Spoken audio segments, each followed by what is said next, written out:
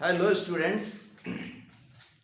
पिछले वीडियो में हम लोगों ने बात की थी सिविल डिसऑर्डनेंस मूवमेंट स्टार्ट होने के बारे में और वर्ल्ड इकोनॉमिक डिप्रेशन था, वर्ल्ड में आया था, उसके बारे में बात की थी।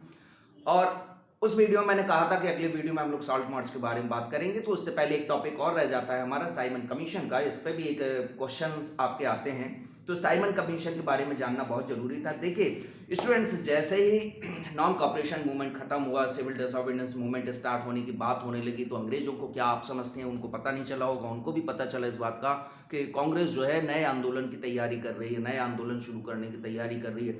इसी समय बीच में क्या होता है, ब्रिटेन में जो गवर्नमेंट है उसमें चेंजमेंट आ जाता है। वहां पे टॉरी गवर्नमेंट बन जाती है, टॉरी प्राइम मिनिस्टर बनते हैं, इसलिए उन्हीं के नाम पर उसको टॉरी गवर्नमेंट कहा जाता है। तो ब्रिटेन में जो है प्राइम मिनिस्टर नए आते हैं, टॉरी गवर्नमेंट बनती है। और टॉरी गवर्नमेंट इस बात के लिए बहुत परेशान होती है कि क्या बात है, इंडिया में बार बार इस तरह के आंदोलन हो रहे हैं, इस तरह के मूवमेंट चलाए जा रहे हैं, तो क्या वहाँ की व्यवस्था में कोई कमी है, या किस वजह से वहाँ के लोग बहुत विद्रोही हो रहे हैं, क्यों वहाँ बार बार जो है आंदोलन चलाए जा रहे हैं, वो भी अंग्रेजी शासन के खिलाफ, ब्रिटिश गवर्नमेंट के खिलाफ चलाए जा रहे हैं। तो इसके लिए उन्होंने इसकी जानकारी करने के लिए और यहाँ के लोगों को संतुष्ट करने के लिए एक वहाँ पर एक कमीशन की, या कह सकते हैं कमेटी बनाई हुई थी। जो इस कमेटी को ये काम दिया गया था कि वो इंडिया में जाए और इस बात का स्टडी करे कि वहाँ क्या समस्या है, क्या लोग, वहाँ के लोगों को हम क्या दे के वहाँ संतुष्ट कर सकते हैं और ब्रिटिश गवर्नमेंट जो है कंटिन्यू आगे उसको कोई परेशानी ना हो। तो इस तरह से जो टॉरी गवर्नमेंट थी उसने कमीशन सेट किया, एक कमीशन बनाया जिसमें 7 मेंबर्स थे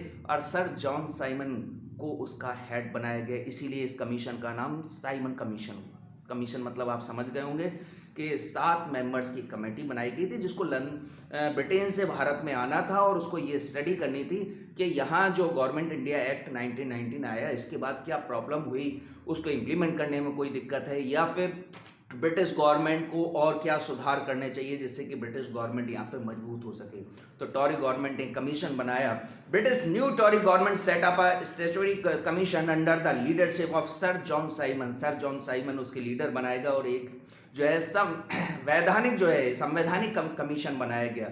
it's commission was form in response to nationalist movement. और ये किस बात के लिए बनाया, मैंने कहा था बार बार यहाँ भारत में आंदोलन हो रहे थे, पहले सत्याग्रह हुआ, फिर नॉन कॉपरेशन मूवमेंट हुआ, और तीसरा आंदोलन सिविल डिसऑर्डनेंस मूवमेंट के स्टार्ट होने की बात हो रही थी। तो उन्हें इस बात का लग रहा था कि कुछ ना कुछ गड़बड़ जरूर है जिसकी वजह से भारत में बार बार आंदोलन हो रहे हैं, या वहाँ की जो इंडिया में जो ब्रिटिश गवर्नमेंट है वो उसके काम में कहीं ना कोई कमी है जिसकी वजह से यहाँ बार बार आंदोलन हो रहे हैं। तो या कह सकते हैं कि जो राष्ट्रवादी या जो नेशनलिस्ट थे उनके आंदोलन का जवाब एक तरीके से उन्होंने दिया हुआ था इस कमीशन को बना के। The purpose of the commission was to study and suggest the constitutional system in India. और इसका जो उद्देश्य उन्होंने बताया कि ये कमीशन किस उद्देश्य से बनाया गया है या किस उद्देश्य से भेजा रहा है, तो उन्होंने इसका कारण बताया कि कॉन्स्टिट्यूशन जो इंडिया का है उसके बारे में इस कमीशन के मेंबर्स को भारत जाना था और वहाँ स्टडी करनी थी और सजेशन टॉरी गवर्नमेंट को देना था कि आगे भारत के कॉन्स्टिट्यूशन के बारे में हम कैसे बात कर सकते हैं या भारत में कैसे कॉन्स्टिट्यूशन बनाया जा सकता है। तो इस बात की स्टडी करने के लिए उन्होंने एक कमीशन भेजा। द पर्पज, उसका पर्पज भी निश्चित कर दिया। The purpose of the was the study the suggest the constitution system in India, कि भारत में कैसे कॉन्स्टिट्यूशन सिस्टम सेटअप किया जाए। Simon commission reach India in 1928। हालांकि आपको बता दूं कि साइमन कमीशन टॉरी गवर्नमेंट ने 1927 बनाया था, लेकिन आप के चैप्टर में 1928 में भारत में पहुंचने से बात हो, तो साइमन कमीशन भारत पहुंचा 1928 में। Both Congress and Muslim leagues parties oppose this commission by giving slogan like go back to Simon commission. इस तरह के उन्होंने वापस जाने के नारे लगाए कि साइमन वापस जाओ, इस तरह के नारे लगा के कमीशन का भारत में कांग्रेस और मुस्लिम लीग जैसी और पार्टियों ने भी मिलकर इसका विरोध किया। साइमन वापस जाओ, इस तरह के नारे लगा के उसका विरोध किया गया इन व्यू ऑफ हैवी अपोजिशन। एक चीज और है कि इसका क्यों विरोध कांग्रेस या मुस्लिम लीग के लोग क्यों विरोध कर रहे थे। उनका कहना था कि इस मेंबर्स में जो 7 मेंबर्स हैं, इस कमीशन में जो 7 मेंबर्स हैं वो सभी के सब ब्रिटिशर्स हैं, उसमें कोई भी इंडियन को नहीं रखा गया है। और अगर आप इंडिया के बारे में कॉन्स्टिट्यूशन के बारे में चर्चा करना चाहते हैं, यहाँ पर जो ब्रिटिश गवर्नमेंट है उसके शासन के बारे में चर्चा करना चाहते हैं, तो कम से कम हमसे तो पूछिए, इंडियंस से तो पूछिए, इंडियंस क्या चाहते हैं। ये उसमें कोई मेंबर नहीं होगा तो आपको कैसे बता पाएगा कि इंडिया की क्या समस्या है या इंडियन लोग क्या चाहते हैं। तो इसके लिए इंडियन मेंबर्स भी होने चाहिए थे, लेकिन जबकि इस कमीशन में कोई भी इंडियन मेंबर्स नहीं था। सारे 7 जो मेंबर्स थे वो ब्रिटिश मेंबर्स थे, इसलिए ये लोग इस कमीशन का विरोध भी कर रहे थे। इन view of the heavy opposition, जब गवर्नमेंट ने देखा कि इस कमीशन का बहुत भारी विरोध हो रहा है, द वायसराय लॉर्ड इरविन, उस समय वायसराय इंडिया के लॉर्ड इरविन हुआ करते थे, declare dominant status for India in October 1929। उन्होंने घोषणा कर दी कि भारत को हम जो है एक स्वायत्त शासित क्षेत्र का हम दर्जा देंगे। इस तरह का उन्होंने एक आश्वासन दिया। इरविन अनाउंस दैट, और इरविन ने इसके साथ ये भी अनाउंस किया that the constitution would be discussed at the round table conference, कि भविष्य में राउंड टेबल कॉन्फ्रेंस होगी तब उसमें हम आपके भारत के कॉन्स्टिट्यूशन के बारे में चर्चा भी करेंगे। ये बात इरविन ने तब कही जब भारी विरोध इस कमीशन का हो रहा था। तो इस भारी विरोध को देखते हुए उन्होंने एक तरीके से लोगों को संतुष्ट करने के लिए डोमिनेंट स्टेटस का एक या स्वायत्त अपने आप की गवर्नमेंट होगी, लेकिन लिमिटेड, उसके पास शक्तियां लिमिटेड होंगी। जो गवर्नमेंट का जो हेड होंगे वो ब्रिटिशर्स ही होंगे, उसके अंडर में इंडियन गवर्नमेंट होगी। इस तरह का सुझाव उन्होंने, इस तरह का एक प्रपोजल भारतीयों के सामने रखा। और इसके अलावा ये भी कहा कि आपके कॉन्स्टिट्यूशन की हम बात करेंगे सेकंड राउंड टेबल कॉन्फ्रेंस में।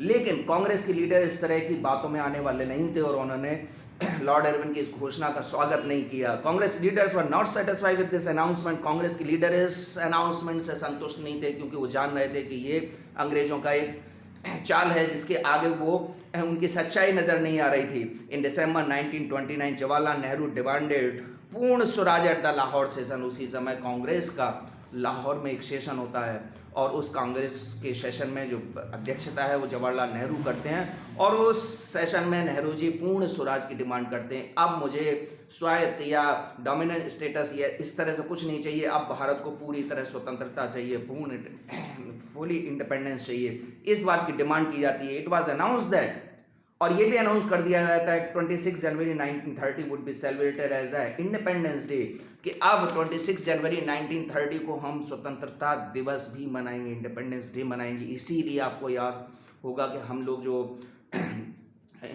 ये 26 जनवरी को हम लोग जो रिपब्लिक डे मनाते हैं वो दिन इसी वजह से रखा गया था, क्योंकि सबसे पहले 26 जनवरी या 26 जनवरी को स्वतंत्रता दिवस या इंडिपेंडेंस डे मनाने की घोषणा पहली बार हो गई थी, इसलिए उस डेट को भी हम रिपब्लिक डे मनाते हैं। ये डेट उसी की वजह से रखी गई थी। यानी कि उस समय 1930 में उन्होंने 1929 में लाहौर का सेशन हुआ और जनवरी में उन्होंने 1930 26 जनवरी को उन्होंने इंडिपेंडेंस को सेलिब्रेट करने की घोषणा की। Very few people paid attention to this announcement, लेकिन क्योंकि बार बार कांग्रेस जो है आंदोलन चलाती है और आंदोलन वापस ले लेती है, फिर आंदोलन चलाती है, फिर वापस ले लेती है, तो लोगों के बीच में कुछ विश्वास भी कम हो रहा था और इस अनाउंसमेंट की तरफ ज़्यादा किसी ने ध्यान नहीं दिया। जब ध्यान नहीं दिया तो गांधी जी ने, अगले वीडियो में हम बात करेंगे कि उन्होंने कैसे लोगों को एकजुट करने के लिए सिविल डिसऑबिडेंस मूवमेंट स्टार्ट किया। ओके स्टूडेंट्स, नेक्स्ट वीडियो पर मिलते हैं।